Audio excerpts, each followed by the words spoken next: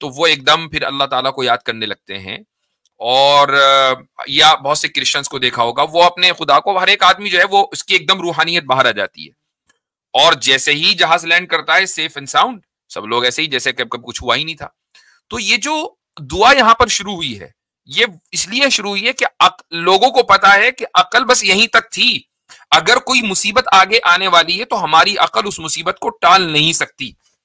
ایک ڈاکٹر جو ہے جب جواب دے دیتا ہے تو ساتھ میں فیملی والوں کو یہ بھی کہتا ہے بھائی اب دعا کریں, ہم نے ہمارے بس میں تو جو تھا وہ ہم نے کر لیا, اب باقی اوپر والا جانے. وہ ڈاکٹر بھی یہ جانتا ہے کہ ہماری ایک لمٹ ہے, باقی اگر کوئی چمتکار کرنا ہے, معجزہ کرنا ہے, کرامت کرنی ہے تو وہ اللہ تعالیٰ کرے گا, وہ ہم نہیں کر سکتے. تو اس لیے دونوں میں کوئی کانٹرڈکشن ہے ہی نہیں. صحیح جزاک اللہ خیر. جی مفتی صاحب, یہ کہ جو دعا ہے اس کو اگر ہمیں سمجھنا ہو تو میں سے سمجھ کہ وہ ریکویسٹنگ ٹو اتھارٹی ہے, مطلب کہ ہمیں پتا ہے کہ وہ فلاں کے پاس وہ اتھارٹی ہے یہ کام کرنے کی, تو ہم اس کو ریکویسٹ کرتے ہیں. تو وہ عقل کے پرے کیسے ہے, وہ تو بلکہ یعنی کہ بالکل لاجیکل چیز ہے نا کہ آپ اتھارٹی کو ہی ریکویسٹ کریں گے. مثال کے طور پہ سمجھیں کہ میں کہیں یونیورسٹی میں پڑھ رہا ہوں اور مجھے جو ہے وہ فیس پے کرنے کی میری ابھی طاقت نہیں ہو رہی, ٹھیک ہے, تو میں ریکویسٹ کروں گا کہ میں 50,000 فیس کی جگہ جو ہے اتھارٹی کو یہ پاور ہے کہ وہ میری فیس معاف کر دے, وہ آدھی لے لے. تو میں اس کو ریکویسٹ کروں گا کہ میرے پاس تو 50,000 نہیں ہے, فی پے کرنے کی 25,000 ہے, میری آدھی فیس آپ معاف کر دیں. تو یہ لاجیکل چیز ہے کہ جب جو اتھارٹی ہو اس کے پاس پاور ہو, آپ اس کو ہی ریکویسٹ کریں. تو دعا تو بالکل لاجیکل چیز ہے کہ ایک اتھارٹی ہے خدا, اس سے ہم ریکویسٹ کرتے ہیں کہ ہمارے ساتھ جو ہے وہ ہم ایسے سچویشن میں آپ یہ ہمارے لیے کر دیں. صحیح جزاک اللہ. باقی پھر اگلا سوال اگلی مرتبہ, بہت سارے لوگ ہیں. ٹھیک ہے چلیں بھیاکم. اچھا یہ کون صاحب ہیں, ٹی اے, جی بھائی. السلام علیکم ورحمۃ اللہ وبرکاتہ. کیا خیریت سے آپ؟ الحمدللہ. جی مصطفیٰ, میں طلحہ بات کر رہا ہوں, طلحہ ادریس میرا نام ہے. میں نے 8 سال مدرسے سے کورس کیا ہوا ہے, اور اس کے علاوہ میں نے پاکستان یونیورسٹی ہے BNU Beaconhouse national university, وہاں سے میں نے MPhil کیا ہوا ہے TESOL میں. تو میں اصل میں کافی TESOL اینڈ لنگوسٹکس میں سائنٹیفک اسٹڈی آف لینگویج. اچھا ٹھیک ہے جی. تو اصل میں ایسا ہے کہ میرے دو تین چیزیں میرے ذہن میں ہے. ایک تو میں نے 8-10 سال سے پہلے جب میں مدرسے پڑھتا تھا اس وقت میرے ذہن میں بہت زیادہ یہ چیزیں, کیونکہ میں ساتھ میں یونیورسٹی جا رہا تھا, تو ایک طرف مدرسہ پڑھتا ایک طرف شام کے ٹائم یونیورسٹی میں, تو دونوں بالکل to extreme sides I was going. تو میرا ذہن جو ہے نا کافی زیادہ اس میں دونوں چیزوں میں الجھا ہوا تھا کہ ایک طرف بالکل جو ہے نا وہ ایک سائڈ اور دوسری طرف بالکل, کیونکہ بیکن ہاؤس میں ہمارے پاکستان میں لمس بیکن ہاؤس یہ ساری ایک ہی طرح کی یونیورسٹیز ہیں, لبرل اور سیکولر پیپل وہاں پہ سارے کام کرتے ہیں. ایون کہ میں صرف وہاں پہ اکیلا تھا ٹوپی داڑھی والا اکیلا میں وہاں پہ تھا. تو اس وقت میرے ذہن میں مجھے 8 سے 10 سال پہلے جب مدرسے پڑھتا تھا, جس وقت ہمارے ادھر مسلک کی بات, اس کو بیکن کے بجائے بیکن کر دیں, بیکن ہاؤس. جی بیکن. تو اس وقت میرے ذہن میں بہت زیادہ سوال ابھرتے تھے, اور کہ اگر یہ اتنا زیادہ یعنی کہ ہماری جو نیو جنریشن ہے وہ ایک طرف جا رہی ہے, جس کا اینڈ جو ہے نا وہ ایتھیزم ہے اور یہ چیزیں اس کا اینڈ ہے, تو ہم جو ہے مسلک میں کیوں الجھے ہوئے. جس وقت میں مدرسے پڑھتا تھا تو اس وقت میں بہت کوشش کرتا تھا کہ میں کام کروں, پوسٹ وغیرہ لکھتا تھا فیس بک پر, اپنے سے خود سے ملحدین کے جوابات دیتا تھا. مجھے پتہ کچھ نہیں تھا, لیکن میں کوشش کرتا تھا اپنے یعنی کہ زیادہ سے زیادہ اس میں الجھنے کی, زیادہ سے زیادہ. تو ابھی ریسنٹلی میں نے آپ کا کام دیکھا, اور کچھ 1-2 سال میں آپ کا کیسر بھائی کا, تو مجھے بہت زیادہ اس دل کو سکون ہوا کہ کوئی کام ہو رہا, اللہ کا شکر ہے, اور میں انشاءاللہ اس پہ آگے کرنا بھی چاہتا ہوں. اب میرے 1-2 سوال ہیں, میں آپ کا زیادہ وقت نہیں لوں گا. پہلا جو سوال ہے وہ ہے جو حارث سلطان اور کیسر بھائی کی جو ڈیبیٹ ہوئی تھی, کافی مشہور ہے وہ. تو خیر حارث سلطان جو ہے بالکل اس میں کیسر بھائی نے اس کو جو ہے نا وہ چاروں شانے چت کر دیا تھا. تو اس میں سوال میرا یہ ہے کہ حارث سلطان جو ہے نا وہ اکثر بات کرتا ہے کہ انڈیویجولزم کی نا, کہ ہم کیونکہ ایک سوسائٹی ہے تو ہم جو ہے نا وہ سوسائٹی کی بات بھی کرتا ہے اور ان کی بات بھی کرتا ہے. تو میرا کوشچن یہ ہے کہ جو ایتھیسٹ ہے, جس کا جو بیسکلی جو اس کا آخر میں جا کے ان کا نظریہ یہ ہے کہ ہم صرف ایٹمز ہیں اور ہم اس سے زیادہ ہم سٹینڈ نہیں کرتے, تو پھر ہم سوسائٹی کیوں ہیں؟ یعنی کہ کون سی ایسی چیز ہے جو ہمیں سوسائٹی بناتی ہے؟ اگر ہم بیسکلی انڈیویجول ہیں, ہم ایٹمز کے بنے ہوئے ہیں, تو یہ کس نے آپ کو کہا کہ ہم سوسائٹی بھی ہیں یا ہمارا کوئی رشتہ بھی ہے, یا ہم دنیا میں جب آئے تو ہم اکیلے ہی ہیں اصل میں؟ اگر میرا یعنی کہ اگر اس لحاظ سے دیکھیں ہم تو اکیلے ہیں, ہمارا نہ ماں نہ باپ کچھ بھی ہمارا نہیں ہے, ہم اکیلے دنیا میں آئے ہیں, تو پھر ہمیں why should we care about others? We can kill anyone, we can we can do anything. یہ سوال تو آپ کو حارث سلطان سے کرنا چاہیے تھا نا. جی بالکل کرنا چاہیے, لیکن میں اس سے ڈائریکٹ مجھے کوئی بات ہو نہیں سکی کہ میں نے آپ کے ذریعے بات اگر پہنچ جائے تو. دوسرا چھوٹی سی بات یہ ہے کہ ایک جو ایتھیسٹ ہے اور ایک مسلمان ہے, ان دونوں میں درمیان میں فرق صرف یہ ہے کہ مسلمان کے پاس آپشن ہے کہ میری زندگی جس طرح کی بھی گزرے گی, جیسی بھی مشکلات آئیں گی, اس کے بعد موت کے بعد ریوارڈ یا پنشمنٹ ملے گی مجھے. اس کے سہارے وہ 70 سال کی زندگی جیتا ہے, ساری مشکلات کو جھیلتا ہے, ماں باپ بہن بھائی رشتہ دار پریشانیاں, اور گھر میں پریشانیاں, باہر کی پریشانیاں, سارا دن جاب کرنا, ایون کہ بھوک ہر وقت لگی رہتی ہے, ہر وقت جو ہے نا اٹھنا بھی ہے تو انسان کو اس کے لیے فورس استعمال کرنی پڑتی ہے. یعنی کہ 24 گھنٹے کی زندگی کسی بھی انسان سے پوچھیں وہ کہے گا کہ زندگی مشکل آسان نہیں ہے. تو مسلمان تو زندگی جی رہا کیونکہ اس کو پتا ہے کہ اس کا ریوارڈ پنشمنٹ ملے گا. تو حارث سلطان جو ہے وہ why is he living his life, why should he not commit suicide right now? میرا کوشچن اس سے یہ ہے, کیونکہ زندگی کا مقصد نہیں ہے. یعنی کوئی بھی لاجیکل جو پرسن اگر وہ لاجیکل ہے تو اس کو اگر بتا, بھائی ایسا ہے, ایک منٹ, یہ بھائی ایسا ہے کہ ایسے میں سوال زیادہ لمبا ہو جائے گا اور تقریر ہو جائے گی, پھر ہر کالر جو ہے وہ جی بس ایک بات یہ جی بس یہاں تک بات یہ والی. طلحہ بھائی ایک کمنٹ ہے کہ اتنا یعنی کہ ہارش نہ ہو, کہ ابھی آپ نے کہا نا کہ why he should not suicide now right now, یہ جو ہے وہ پرابلمٹک ہو جائے گا. پھر اس کو لے کر کے وہ لوگ جو ہے ایون ہو سکتا ہے کہ آپ مفتی صاحب کے چینل کو ایک اسٹرائک بھی مار دیں کہ آپ جو ہے وہ یوٹیوب کے جو ہے وہ یعنی کہ کسی کو سوسائٹی پہ اکسا رہے ہیں اور یوٹیوب کا وائلیشن پالیسی وائلیشن کر رہے ہیں. جی مفتی صاحب میرا صرف کوشچن ہے, میں یہ نہیں کہہ رہا کرنی چاہیے, میرا صرف کوشچن ہے. ہاں نہیں بات صحیح ہے, کوشچن آپ رکھیں اور میں سمجھتا ہوں کہ حارث سلطان تک پہنچ ہی جائے گا, لیکن ایک طریقہ ہوتا ہے نا کوشچن کرنے کا, وہ بات عاصم بھائی نے بالکل صحیح پکڑا ہے. آپ یہ کہیں کہ آپ کی جب کوئی مورالٹی نہیں ہے یا آپ کا کوئی مقصد زندگی نہیں ہے, آپ ملحد سے پوچھیں کہ بھائی آپ کا کوئی مقصد زندگی نہیں ہے, زندگی, یا تو آپ یہ کہیں کہ زندگی مقصد ہے, تو یہ وہ مقصد ہے کہ جس کو آپ کبھی اچیو نہیں کر پائیں گے. کیونکہ زندگی اچیو کرنے کا مطلب یہ ہے کہ آپ اپنے آپ کو ایسا بنا لیں کہ کبھی نہ مریں اور ہمیشہ خوشی رہے اور کبھی غم نہ ہو. تو یہ دونوں ہی چیزیں پاسبل نہیں ہے. تو یہ وہ مقصد ہے کہ جس کو آپ کبھی اچیو نہیں کر پائیں گے. تو پھر مقصد کیا ہے؟ یہ تو ایک بنیادی سوال ہے نا, اہل مذہب کی طرف سے یہ سوال ہر ملحد سے کیا جاتا ہے کہ بھائی تم مقصد بتاؤ. تو اسی لیے وہ کہتے ہیں کہ نہیں, ہمارا کوئی مقصد ہی نہیں ہے, جس طرح ایک روبوٹ کا مقصد نہیں ہے, جس طریقے سے ایک جانور کا کوئی مقصد نہیں ہے, ہمارا بھی نہیں ہے. تو یہ ان کی طرف سے عام طور سے ہوتا ہے, لیکن بہرحال آپ نے سوال کیا, یہ وہاں تک پہنچ جائیں گے. جی, اور ایک چھوٹی سی غلط فہمی جو ہمارے علماء کی اکثر انجینئر علی مرزا صاحب کے بارے میں ہے, وہ میں چھوٹی سی غلط فہمی کو یہاں پہ کلیئر کرنا چاہتا ہوں 1 منٹ میں, اور اس کے بعد میرا سوال وہ جو آخری بس چھوٹا سا سوال ہے, وہ غلط فہمی یہ ہے. جی پہلا سوال یہ ہے کہ میں پچھلے 8-10 سال سے کام کر رہا ہوں اور اپنے طور پہ کام کر رہا ہوں, اور مجھے کوئی ڈائریکشن نہیں پتا کہ میں کس طریقے سے کام کر سکتا ہوں. تو میں یہ چاہتا ہوں کہ مجھے آپ بتائیں کہ میں یہ کیا کرنا چاہیے, یعنی پریکٹیکلی میں کیا کر سکتا ہوں. پہلا سوال تو یہ ہے, اس کا جواب دے دیں. آئی ڈونٹ نو کہ آپ کی جو بھی کیپیبلٹیز ہیں وہ آپ زیادہ بہتر جانتے ہوں گے. آپ کسی کو دیکھ کر اس جیسا بھی کام کر سکتے ہیں. بہت سارے الگ الگ کام لوگ جو ہے دعات حضرات کر رہے ہیں, اور بہتر یہ کہ اب ظاہر ہے کہ میں آپ کو یہاں کیا ڈائریکشن دوں گا. آپ بہتر ہے کہ ای میل وغیرہ کر لیں اور اس پر رابطے میں رہیں, تو انشاءاللہ پھر بات کر لیں گے. ٹھیک ہے جی. اور ایک جو آخری بات غلط فہمی جو ہے وہ یہ ہے کہ سب سمجھتے ہیں انجینئر صاحب کے بارے میں, جب وہ کہتے ہیں نا کہ قیامت تک کا ٹائم ہے, قیامت تک کا ٹائم ہے, تو میں یہ بات تھوڑی کلیئر کرنا چاہتا ہوں. ان کا مطلب ہوتا ہے کہ قیامت سے پہلے میرے ساتھ کوئی رابطہ نہ کرے, قیامت تک کوئی رابطہ نہ کرے, اور اس کے بعد جو ہے نا وہ قیامت آ جائے گی, پھر کون پوچھے گا مجھے. چلے ٹھیک ہے, اس کا مطلب یہ ہے. ٹھیک ہے مجھے بہت شکریہ آپ کا, جزاک اللہ. اچھا بھائی, اگلے کالر ہمارے ساتھ, بیک سے خالی کر دیجیے گا. جی میں ایک بات کہنا چاہ رہا ہوں, میرے تعلق سے بات ہے.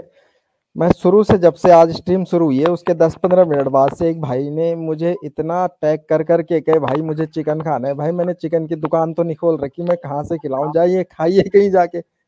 ٹائم آؤٹ بھی دے چکا ہوں, سب کچھ کر چکا ہوں, پھر بھی نہیں مان رہے. میرا نام لے کے آپ ٹیگ کر رہے ہیں مجھے. چلے میں کچھ کہنے والا تھا لیکن نہیں کہوں گا, چھوڑے پھر اس کو. پھر وہ ذرا سا طاہا صاحب بیک اسٹیج خالی کر دیں. چلیں ٹھیک ہے جی بھائی. شاہ رخ صاحب جی جی السلام علیکم. Thank you so much for giving me the opportunity. آپ سے میری ایکچولی بات ہوئی تھی کچھ ویک پہلے, تو اس دن میں لاسٹ کالر تھا, تو ٹائم بہت کم تھا, ٹائم نہیں تھا بالکل آپ کے پاس. اوکے. تو بیسکلی کوشچنز جو تھا میرا جو ٹاپک